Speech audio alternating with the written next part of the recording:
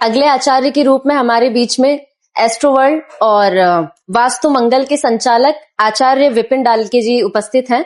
आचार्य जी, बहुत स्वागत है आपका। नमस्कार।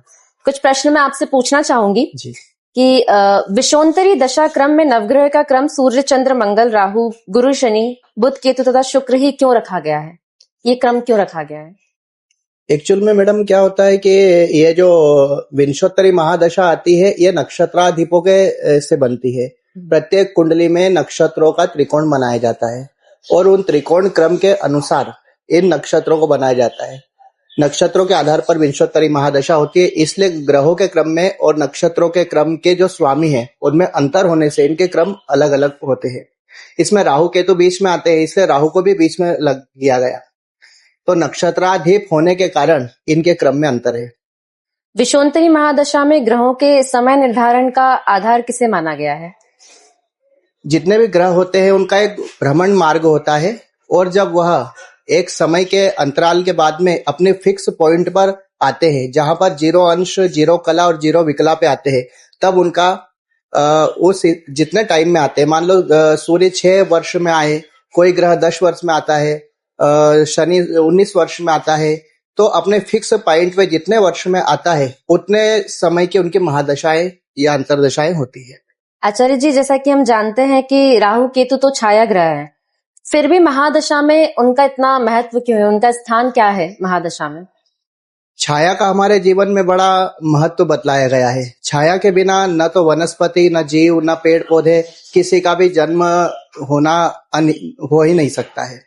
दूसरा, जैसे गणित में जीरो का महत्व बतलाया गया है। जीरो का अपने आप में कोई महत्व नहीं है, किंतु वह जीरो जिस भी अंक के साथ लग जाता है उसका महत्व बढ़ा देता है। इसी प्रकार छाया ग्रह एक गणित में जीरो के भांति है, जिस भी ग्रह के साथ में रहेगा उसका उसे प्रभावशाली कर देगा, चाहे वो अशुभ ही क्यों ना हो, चाहे वो शुभ ही क्यों ना। राहु के तो सदैव अशुभ फलदाता भी नहीं होते हैं और सदैव शुभ फलदाता भी नहीं होते, किंतु जिन ग्रहों के साथ में होते हैं उनका प्रभाव बढ़ाकर उनका सानिध्य धारण करके उस हिसाब से उसका फल देते हैं। महादशा में इनका बहुत महत्व, इसलिए महादशा में महत्व। त्रिकोण क्या होता है और त्रिकोण के कितने प्रकार होते हैं, मैं पूछना चाहूंगी आपसे। प्रत्येक पत्रिका में 12 भाव होते हैं और 12 भाव में जो है 4 प्रकार के त्रिकोण माने जाते हैं। त्रिकोण में धर्म, अर्थ, काम और मोक्ष, ये 4 प्रकार के त्रिकोण बताए गए हैं और पत्रिका में जो भाव उनका प्रभावशाली होता है वह उसके जीवन का एक लक्ष्य होता है। जिसके पत्रिका में धर्म भाव या धर्म त्रिकोण प्रभावशाली है उसका जन्म धर्म कार्य के लिए हुआ है। जिसका काम प्रभावशाली है, काम त्रिकोण प्रभावशाली है, उसको सांसारिक विलासिता ज्यादा प्राप्त होगी। अर्थ के लिए तो उसे अर्थ पर ध्यान देना पड़ेगा, ये उनका एक लक्ष्य है। तो त्रिकोण 4 प्रकार के होते हैं और 4 प्रकार के धर्म, अर्थ, काम और मोक्ष, ये 4 प्रकार के त्रिकोण बताए। सभी का अपना अलग अलग महत्व, सभी का अपना अपना महत्व। तो केंद्र और त्रिकोण के फल कथन में क्या अंतर होता है? त्रिकोण हमारे जीवन में हमें क्या प्राप्त होने वाला है उस शुभता को दर्शित करता है, किंतु केंद्र हमारे जीवन में क्या संघर्ष आने वाला है उस संघर्ष को दर्शाता है।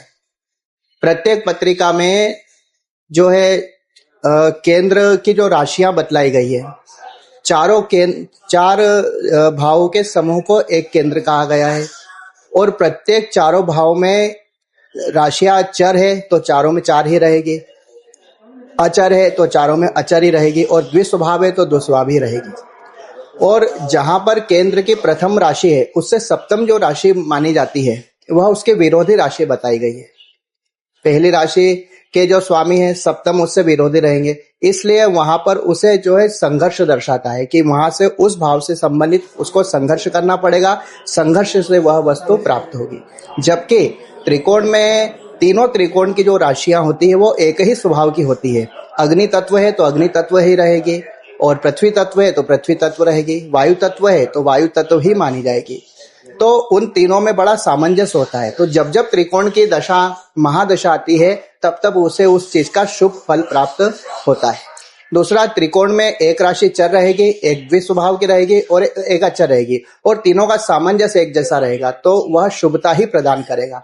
किंतु केंद्र के जो राशियां हैं एक दूसरे से विपरीत होने के कारण वह संघर्ष को दर्शाता है। अब ये अलग बात होती है कि किसी का संघर्ष उच्च कोटि का होता है, किसी का संघर्ष निम्न कोटि का होता है।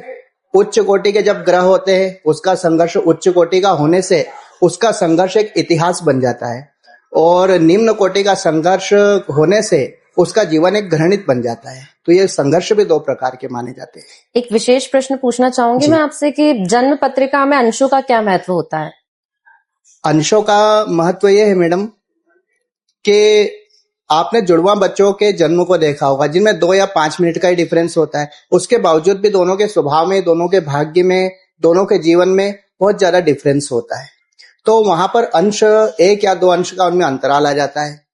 अब जैसे 30 अंश होते हैं, 0 से लगाकर 10 अंश में जिस बच्चे का जन्म होता है, तो उसकी जितनी उम्र है, उस उम्र के हिसाब से उसका जो आत्मविश्वास रहेगा वो कम रहेगा। 10 से लगाकर 20 डिग्री तक जिसका अंश का जन्म है, जिसका, उसमें आत्मविश्वास, कॉन्फिडेंस, पावर और हर चीज की एक क्षमता अलौकिक होती है। और 20 से 30 अंश के बीच में जिसका लग्न है और लग्न के अंश है, तो वो केवल बड़ी बड़ी बातें ही करेगा, किंतु वह उसे मूर्त रूप नहीं देगा। इसलिए सर्वश्रेष्ठ 10 से 20 अंश के जो लग्न है वो श्रेष्ठ माने जाते हैं, और 10 से कम अथवा 20 से ऊपर के जो अंश में जिनका जन्म हुआ है, उनकी पत्रिकाएं कुछ कमजोर मानी जाती है। विवाह में जैसे कि कुंडली मिलान होता है, तो विवाह में कौन सी कुंडली से मिलान करना चाहिए? आमतौर पर अधिकांश ज्योतिष केवल लग्न कुंडली को ही महत्व देते हैं, किंतु लग्न कुंडली से ज्यादा महत्वपूर्ण माना जाता है नवमांश कुंडली।